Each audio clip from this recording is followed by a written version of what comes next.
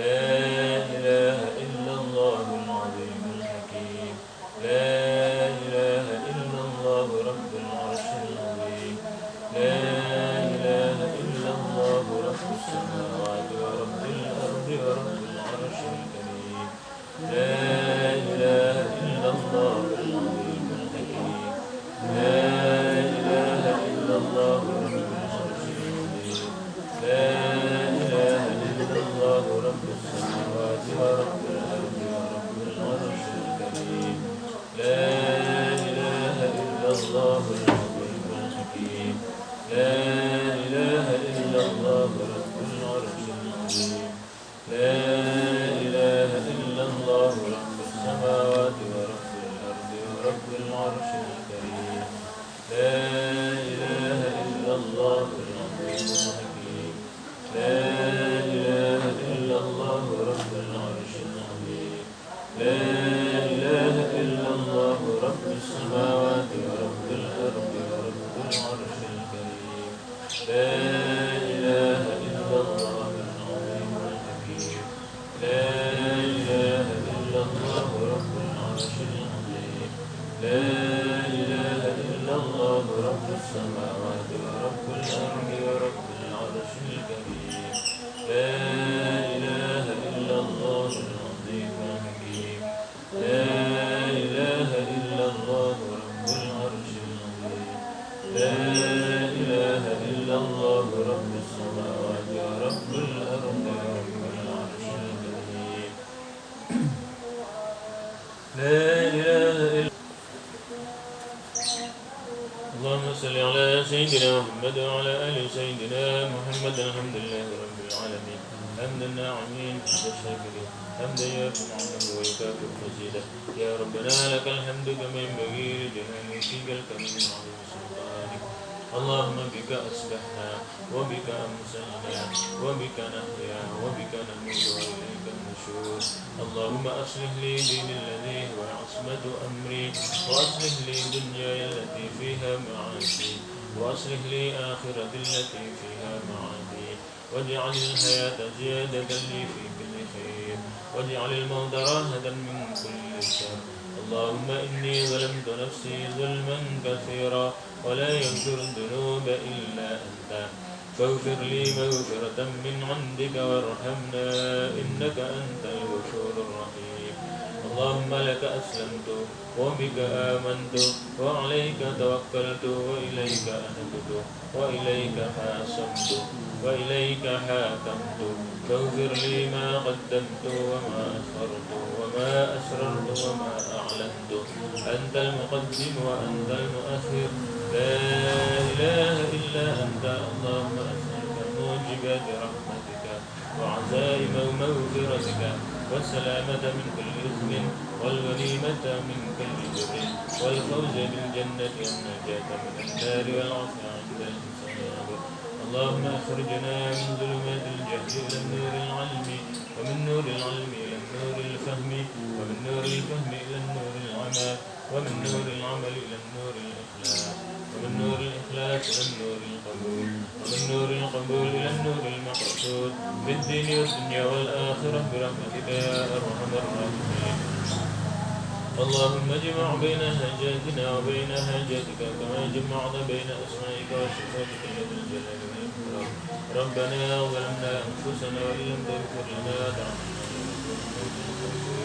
ربنا آتنا في الدنيا حسنة وفي الآخرة حسنة وقنا عذاب النار وصلى الله على خير خلقه محمد النبي الأمي وعلى آله وصحبه وبارك وسلم والحمد لله رب العالمين. الفاتحة. Sampai dumugi ini nama setunggal. Allahumma inni a'udzubika ilahir.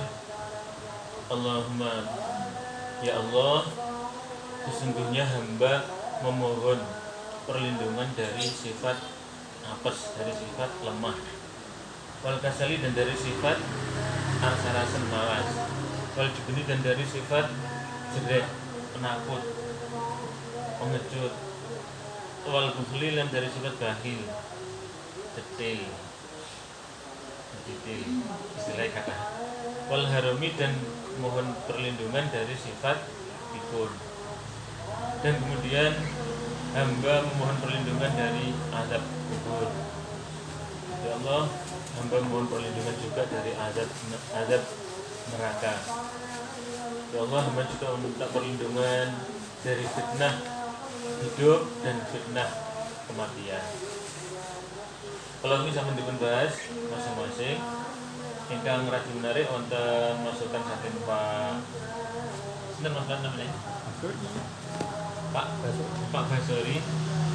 Beliau itu ditanya oleh temannya yang katanya tidak percaya dengan adanya azab kubur.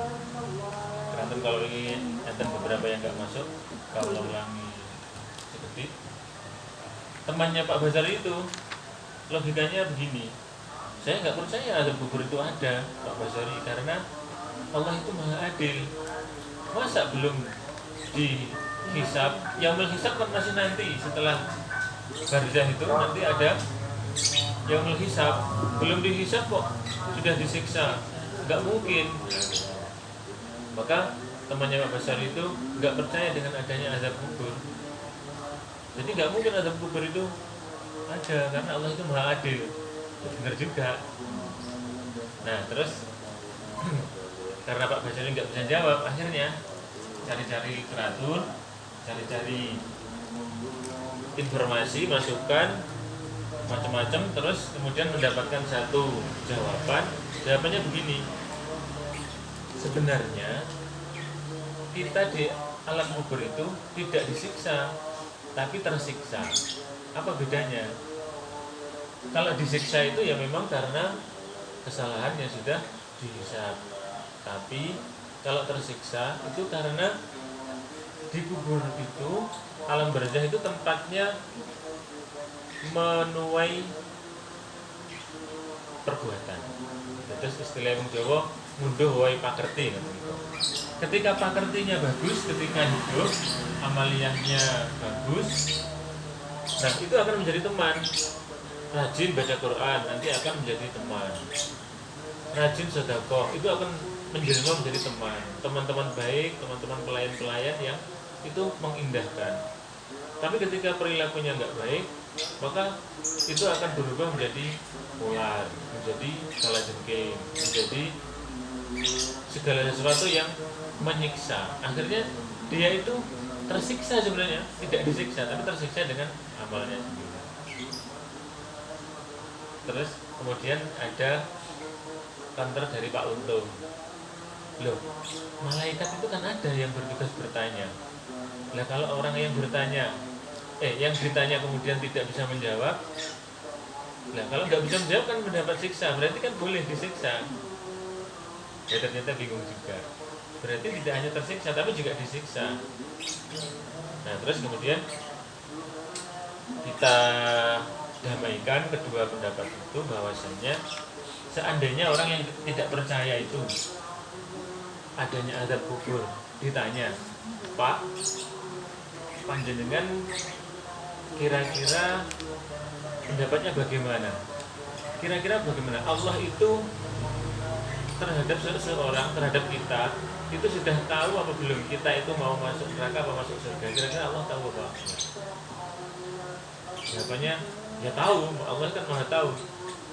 Nah kalau begitu sebenarnya ya pertanyaan di alam barzah, malaikat mungkar nakir, kemudian nanti dibangkitkan di mahsyar, kemudian nanti antri lama dan dipanggil di hisab, di timbangan amal itu, dan kemudian baru dikasih bukunya, dan kemudian dihamparkan di situ, dihadapkan pada siratul mustaqim, kemudian dihadapkan pada situasi yang sulit. Nah kemudian kita berhasil sampai ke pintu surga. Itu semua sebenarnya kalau boleh disederhanakan, itulah drama-drama Allah, itulah drama-drama kehidupan setelah kematian, yang sesungguhnya itu untuk memberikan pelajaran yang penting, yang mendasar, yang menggetarkan hati kita, bahwasanya perjalanan kelak itu jauh lebih dahsyat daripada perjalanan dunia yang kita. Jadi walaupun kita sudah sekian lama hidup, ini kita kan nggak merasa lama kan. Kemarin baru beberapa hari saja MTS kita tamat, tapi ternyata sekarang kita sepertinya dulu masih anak-anak, sekarang sudah pada punya anak. Kita kayak barusan tamat aliyah, ternyata putrane podo aliyah, bahkan podo kuliah. Sepertinya masih tamat SMA belum lama, ini ternyata ya sudah. Dan saya beberapa kali bertanya kepada orang-orang setiap kali ada kegiatan waktu KKN, waktu PPN, ketika longgar, waktu ketemu orang yang sepuh bisa dijamu, saya selalu tanya, Mbah, panjenengan siswane pinten? Aku 87 le. Ngoten niku pun rumangsa dangu lho mboten ndeleng. Wah, urung aku rumangsa aku lho. Kaya tas dek iki lho. Aku melok perang lho sakjane, tapi kok ya wis jamane kaya ngene iki wis. Kabeh cekelane opo to sing kotakan cilik-cilik lho. Nyekel suwi betah-betah. Ngoten niku mboten 1-2 kali. Jadi orang itu jarang yang merasa lama hidup, itu jarang. Jadi merasa cepat. Memang hidup itu menurut informasinya para balik, memang hidup itu cepat. Dunia niku singkat, umur itu singkat, dan apa ya? Ibaratnya mampir ngombe itu saestu pancene. Tapi kadang-kadang wong tuwa ya ngono. Wah ngene iki kanca-kancaku aja entek ngono. Waleh durung urip ya nek. Waleh urip bisa. Bener. Ada juga yang waleh urip, yang bosen hidup itu ada, terutama yang sakit-sakit itu. Makanya kalau normal, sehat, pikirannya waras, itu nggak merasa lama itu. Tapi kalau ada beban sakit, ada beban yang nggak bisa tersaur utang, ada beban apa, pokoknya ada beban-beban itu biasanya itu mikir ada mati-mati ya ngono malah. Ya kadang-kadang nggak pernah sadar bahwa mati itu adalah pintu masuk pada kehidupan yang Masya Allah dahsyatnya luar biasa dan tidak bisa direka-reka misalnya. Tinggal mundur wae pakai. Jadi orang yang membaca Al-Quran dan kemudian bertekad waktu meninggal nanti aku tak mau Quran terus kemudian Quran itu dibawa saking senengnya Quran kon nyelempitne ning kafan. Nah itu kemudian dia ditunaikan sama ahli waris sama putra putrinya setelah di selempitne ngoten dikubur terus niku tiyang niku saking senenge Quran ora hafal Quran tapi seneng maca Quran. Lah niku yang Turki. Nah, niku ketika meninggal ya dikubur. Ketika dikubur sudah jarak 1 tahun apa 2 tahun. Putrane niku ikhram teng Mekah. Nah, pada saat di sela-sela ibadah karena juga hobi baca menyempatkan ke toko buku. Nah, ketika ke toko buku itu beli-beli buku, pilih-pilih kados Al-Qur'an ngoten. Wah gede lho, iki kan Al-Qur'ane Bapak. Tapi kok ning kene apa mungkin? Ah enggak mungkin ah. Tapi enggak mungkin iki enten cawang-cawangi, enten tulisannya ulik-ulik titik. Nah, itu tulisannya Bapak persis. Apa mungkin? Mungkin orang ngoten. Akhirnya penasaran takon gini penjual buku. Ini tidak ada toko. Pak minta maaf ini Quran Bapak dapat dari mana? Oh itu dulu dari orang itu orang jualan. Ya orang sini aja. Dia menjual Quran karena memang butuh. Sebenarnya dia akan pekerjaannya penggali kubur. Bapak bisa mempertemukan saya dengan beliau? Bisa, tapi ya enggak sekarang ya. Nanti aja kalau sampai selesaikan dulu apa gajinya kalau sudah kita cari karena memang ya siapa tahu dia sudah kemana-mana setelah mantan hajinya tenan terus nekat tenan soalnya yakin gue hubungannya Bapak tapi apa mungkin begini umatku Turki terus lah diternyata nanti gini penggali kubur itu ternyata ditanya apakah Bapak memang menemukan Al-Quran ini kemudian menjual ke toko. Iya, itu saya dapat ketika saya ditugaskan pemerintah Arab Saudi untuk memindah kuburan yang lama-lama itu untuk ditempati yang baru-baru. Kan memang ngoten teng mriko. Jadi di sing lama-lama di niku dikumpulkan, disatukan, kemudian digunakan untuk mengubur yang baru. Karena tempat kuburan kan terbatas mriko. Nah, ketika sudah begitu, Bapak apa bisa menunjukkan saya di mana lubang Bapak menggali itu?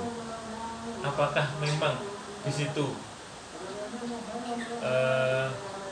Bapak mendapatkan itu apa benar apa enggak? Karena saya sangat penasaran. Oh boleh Pak.